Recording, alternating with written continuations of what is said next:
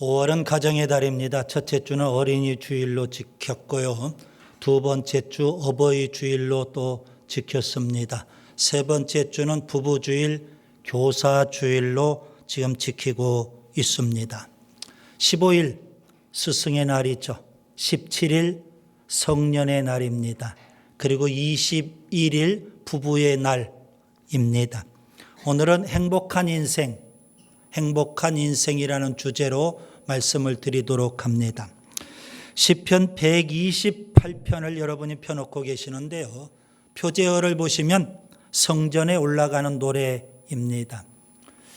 이스라엘 백성은요, 예루살렘 성전에서 아무리 멀리 떨어져 살아도 그들은 명절 때가 되면, 절기 때가 되면 반드시 예루살렘 성전에 올라가서 예배를, 제사를 드려야 했습니다. 그래서 그들은 명절 절기 때가 되면 예루살렘 성전을 향해서 순례길을 떠납니다. 머나먼 순례길을 떠나면서 그들은 노래를 부르면서 예루살렘 성전을 향해서 나아가게 됩니다.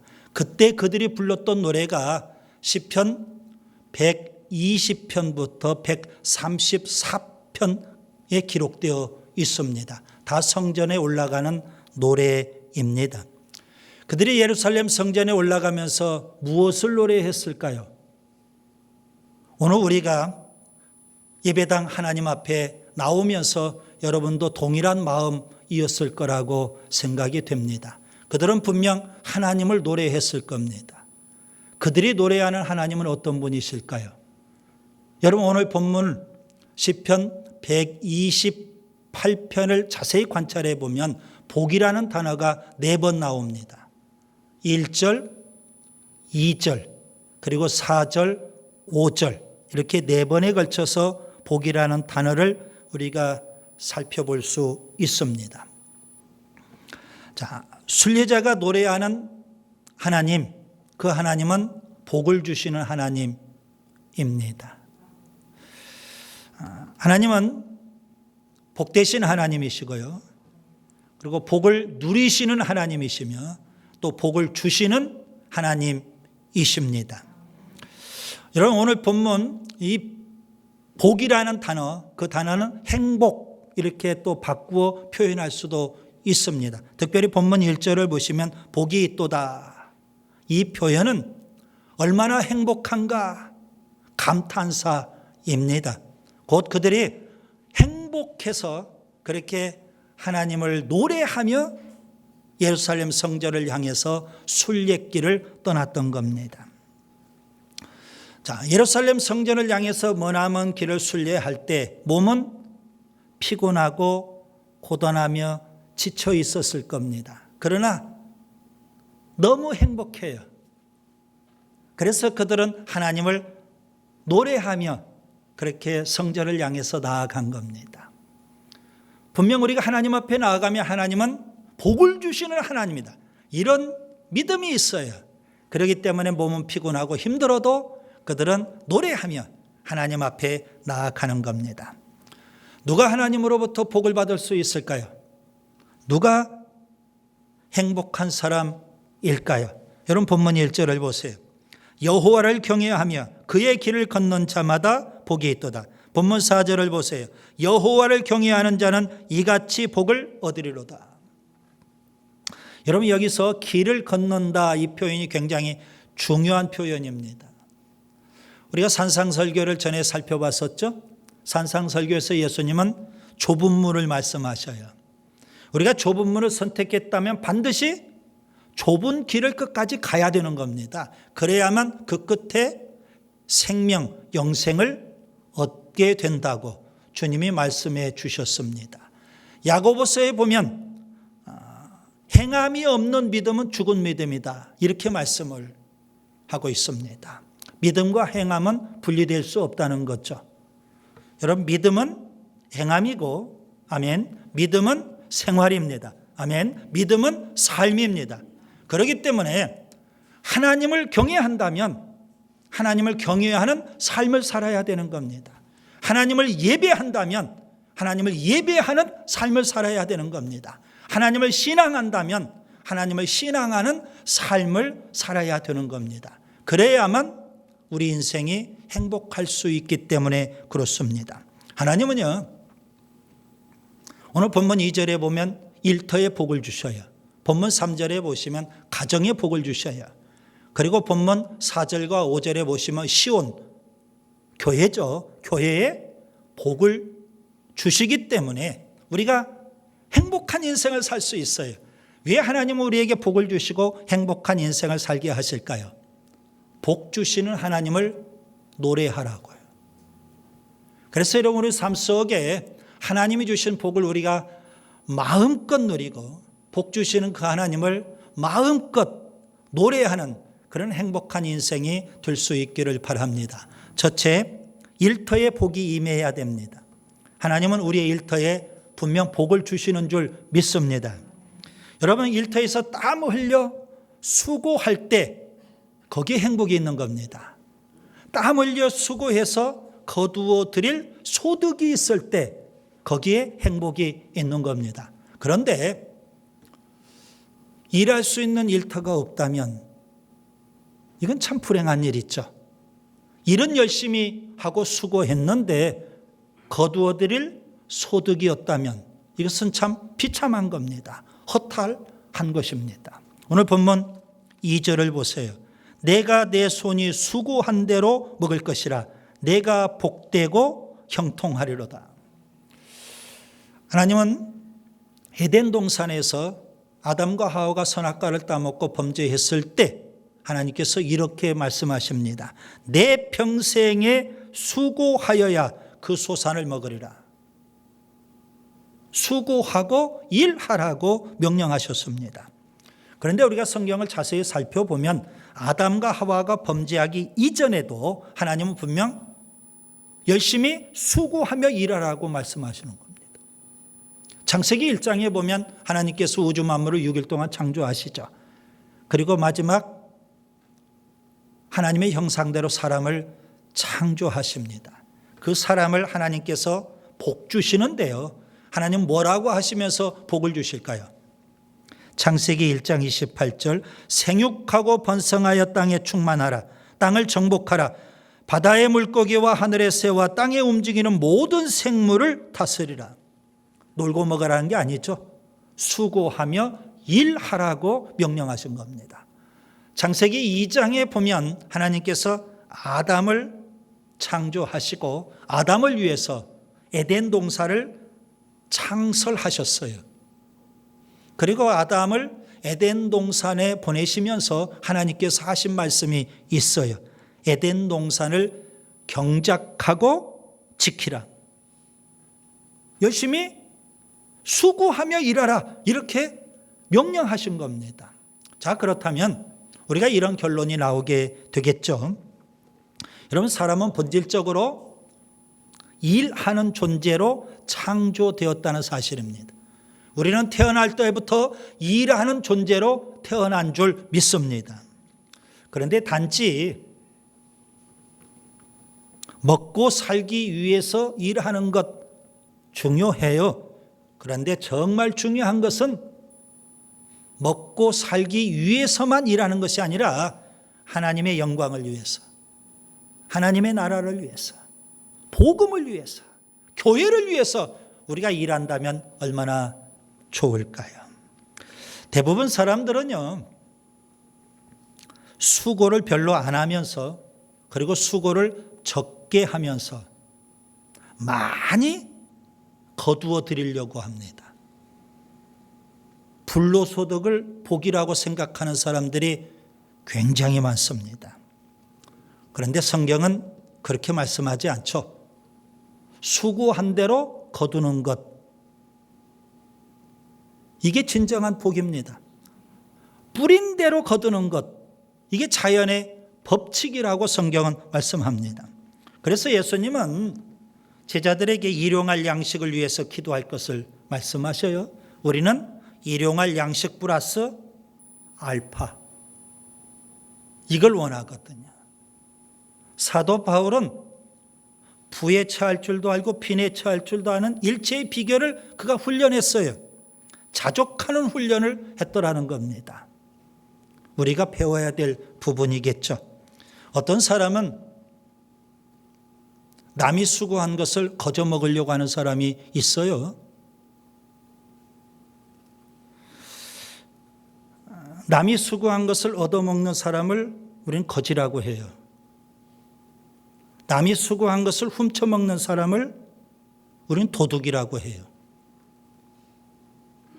남이 수고한 것을 속여먹는 사람을 우리는 사기꾼이라고 해요. 남이 수고한 것을 빼앗아 먹는 사람을 우리는 강도라고 해요. 공짜 좋아하면 안 돼요. 땀 흘려 열심히 일하며 수고해야 되는 겁니다. 전도서 3장 13절, 사람마다 먹고 마시는 것과 수고함으로 낙을 누리는 그것이 하나님의 선물인 줄도 또한 알았도다. 여러분, 열심히 일하면서 낙을 누린다는 거예요. 이것이 바로 하나님이 주신 뭐라고요? 선물이래요.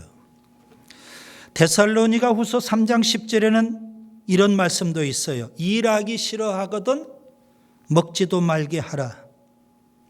여러분, 우리가 일터에서 땀 흘려 열심히 수고하고 일한다는 것, 복 중에 복인 줄 믿습니다.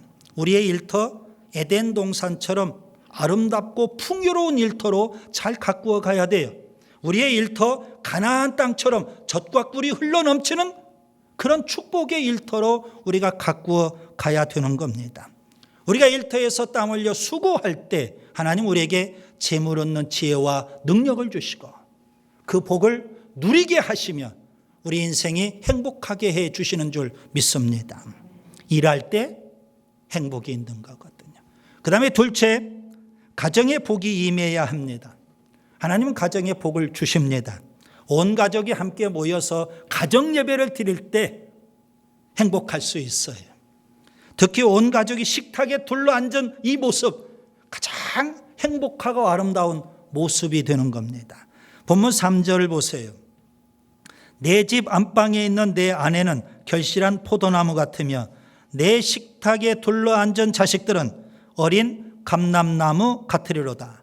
여러분, 여기 아내를 가리켜서 결실한 포도나무 같다 했습니다. 포도나무는 풍성한 열매 때문에 존재해요. 포도나무는 관상용이 아니에요. 포도나무는 목재용이 아니라고요. 풍성한 열매가 있기 때문에 포도나무는 존재하는 거예요. 아내 때문에, 아내 덕분에 가정에 사랑과 행복이 풍성해야 돼요. 아멘. 웃음과 기쁨이 넘쳐나야 되는 줄 믿습니다. 여기 자식들을 어린 감람나무라고 표현했어요. 여러분, 감람나무는 어떤 환경에서도 생명력이 강한 나무예요. 비록 더디게 자라요. 열매를 맺으려면 최소 7년이 걸려요. 그리고 나무가 다 자라려면 15년이 걸려요. 그런데 놀라지 마세요. 1000년 이상 지속되는 나무예요. 그게 바로 감람나무예요. 감람나무는 아주 유용한 나무입니다. 그 잎은 천연 항생제로 사용이 돼요. 나무는 목각을 만드는 목재로 사용이 돼요. 감람 열매는 식물성 기름, 감람유를 만드는 데 사용돼요. 이스라엘 지역에서는 그것으로 반찬을 해 먹기도 해요. 여러분, 올리브유, 이 감람유 몸에 가장 좋은 식물성 기름으로 알려져 있습니다. 성전 안에서는 불을 밝히는 기름으로 사용하기도 해요.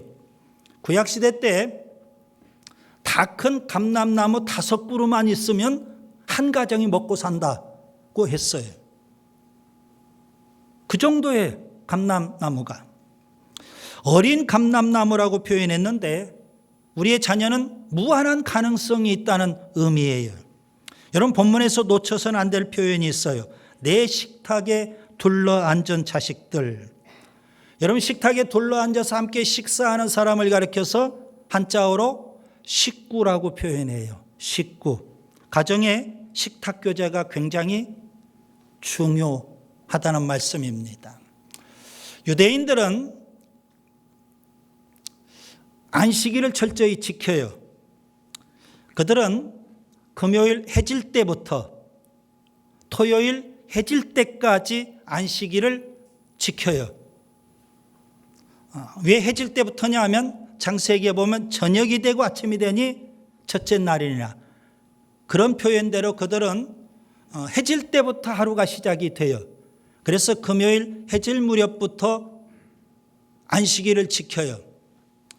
매주 안식일을 지키지만 그들은요, 매번 안식일을 지킬 때마다 우리가 설이라든가 추석, 명절을 지키는 것처럼 그렇게 준비해서 안식일을 지켜요. 가정에 청소를 다 하고요. 목욕을 하고요. 그리고 음식을 장만해요. 그리고 좋은 옷을 입어요. 안식일이 되면 온 가족이 모여요.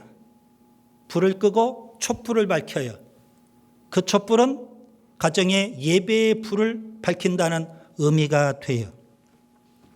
가장을 중심으로 식탁에 온 가족이 둘러앉아서 가정 예배를 드려요. 여러분, 본문 3절의 말씀이 바로 그런 가정의 모습을 말씀해 주고 있는 거예요. 유대인들은 그렇게 안식일에 가정에서 가정 예배를 드려요. 그리고 안식일이 다 끝나고 토요일 해가 진 다음 그들은 또 한 번 가정 예배를 드려요. 안식일이 지나고 나서 바로. 그때도 어둠에서 촛불을 밝혀요. 그때의 촛불은 이제 한 주간 어두운 세상에 나가서 우리가 빛으로 살아야 된다. 그런 의미로 촛불을 밝히고 가정 예배를 드려요. 그 가정 예배를 하부 달라라고 표현을 해요. 히브리어로. 아무튼 유대인들은 안식일마다 하나님 앞에 온 가족이 모여서 식탁에 둘러앉아서 가정 예배를 드리고 식사를 해요. 가정에 예배의 불이 꺼지면 어둠이 임하고 불행이 찾아오는 거예요. 행복은 유대인의 가정처럼 가정 예배를 드리고 하나님이 가정에 임재하실 때 행복이 임하게 되는 줄 믿습니다. 온 가족이 함께 모여서 식사하면서 하나님을 섬기는 가정, 가장 행복하고 아름다운 가정이에요. 여러분, 경건하고 행복한 가정을 이루기 위해서 여러분도 가정에서 가정 예배를 드릴 수 있기를 바랍니다. 그 다음에 셋째, 교회의 복이 임해야 합니다. 하나님은 교회에 복을 주십니다. 교회를 통해서 우리가 하나님의 임재를 체험할 수 있다면 얼마나 행복할 수 있을까요? 본문 5절과 6절을 보겠습니다. 여호와께서 시온에서 내게 복을 주실지어다. 너는 평생에 예루살렘의 번영을 보며 내 자식의 자식을 볼지어다. 이스라엘에게 평강이 있을지어다. 여러분, 여기서 시온은 하나님이 임재하신 성전을 가리키는 겁니다. 구약에서의 성전, 하나님이 임재하신 일종의 건물의 개념이 있죠. 신약에서의 교회, 하나님이 임재하신 공동체의 개념입니다. 교회를 통해서 하나님의 임재를 경험하고 하나님을 친히 우리가 만날 수 있어야 합니다. 여러분, 시편 기자는 오늘 본문에서 하나님께서 시온에서 교회에 복을 주신다고 노래하고 있는 겁니다. 여러분, 구약시대를 보세요. 이스라엘 백성이 출애굽을 했어요. 레위인을 하나님이 선택해서 성막에서 봉사하게 하셔요. 그리고 아론을 대제사장으로 세우셨어요. 이스라엘 백성이 하나님 앞에 나와서 예배 드릴 때는 제사장을 통해서 하나님 앞에 나와서 예배를 드려야 돼요. 그런데 하나님께서 아론에게 축복 기도문을 주셔요. 이스라엘 백성을 축복하라는 겁니다. 그러면 하나님께서 그대로 복을 주시겠다는 거죠. 그래서 이스라엘 백성은 성전으로 나와요. 그럼 대제사장은 그 이스라엘 백성을 축복을 해요. 하나님은 제사장이 축복하는 대로 이스라엘 백성들에게 복을 주시는 겁니다. 어디에서요? 시온에서, 성전에서. 마찬가지로 신약시대 때 하나님께서는 교회 목회자를 세우시고 목회자로 하여금 축복하게 하셨어요. 목회자를 통해서 하나님께서 복을 주시는 거예요. 우리가 교회를 가까이 해야 될 이유가 바로 여기에 있어요. 교회를 멀리하면 불행해질 수밖에 없는 거예요. 여러분 구약 성경을 보세요. 남쪽 유다 왕국 바벨론에 의해서 나라가 망했어요. 성전이 불타버렸어요. 유대인들은 바벨론의 포로로 끌려가요. 성전은 사라졌지만 성전 대신 회당이라는 게 생겼어요. 신약시대 때를 보세요. 로마 제국에 의해서 예루살렘 성이 함락이 돼요. 예루살렘 성전이 무너졌어요. 유대인들이 전 세계에 뿔뿔이 흩어져서 1900년을 살았어요. 그런데요, 신기하게도 기적 같은 일이에요. 유대인들은 어디에 가든지 아무리 핍박을 받아도 그들은 유대인으로 살아요. 그들은 어디에 가든지 하나님의 백성으로 살아요. 1900년 동안 나라를 잃고 전 세계에 방황하던 유대인들, 그들의 유대인이 유대인으로 살 수 있는 것, 유대인이 하나님의 백성으로 살 수 있는 건 뭘까요? 사람들이 세 가지를 꼽아요. 안식일, 회당, 가정. 그들은 어김없이 안식일만 되면 가정에서 가정 예배를 드려요. 그들은 어김없이 안식일만 되면 온 가족이 회당에 나아가서 하나님을 예배해요. 그렇게 철저하게 안식일을 그들이 목숨 걸고 지켰더니 탈무드에 보면 안식일이 유대인들을 지켜준다는 거예요. 하나님이 주시는 복이 세 가지가 있습니다. 하나는 번영의 복이라고 했습니다. 예루살렘의 번영을 본다는 거죠. 이것은 우리의 삶의 현장에 우리의 일터에 하나님이 복을 주신다는 의미입니다. 그 다음에 장수의 복을 주십니다. 자식의 자식을 보게 하신다고 했습니다. 노년에 우리의 자녀들이 하나님으로부터 복을 받고 복을 누리는 모습을 보는 것, 그보다 더 행복이 어디가 있을까요? 세 번째, 평강의 복을 주십니다. 이스라엘에게 평강이 있다는 거죠. 교회를 통해서 하나님이 주신 평강이 우리 심령에도 우리의 이웃에게도 온 세상에도 넘쳐나야 되는 줄 믿습니다. 이제 말씀을 정리합니다. 하나님 앞에 나올 때 복 주시는 하나님을 우리가 노래할 수만 있다면 얼마나 좋을까요? 하나님은 일터에 복을 주십니다. 땀 흘려 열심히 수고하며 일해야 되는 줄 믿습니다. 하나님은 가정에 복을 주십니다. 온 가족이 모여서 식탁에 둘러앉아서 가정 예배를 드려야 되는 줄 믿습니다. 하나님은 교회에 복을 주십니다. 교회를 통해서 하나님의 임재를 체험하고 하나님을 만나는 것, 복 중에 복입니다. 일터와 가정과 교회에 복 주시는 하나님, 그 하나님을 우리가 노래하는 행복한 인생 될 수 있기를 바랍니다.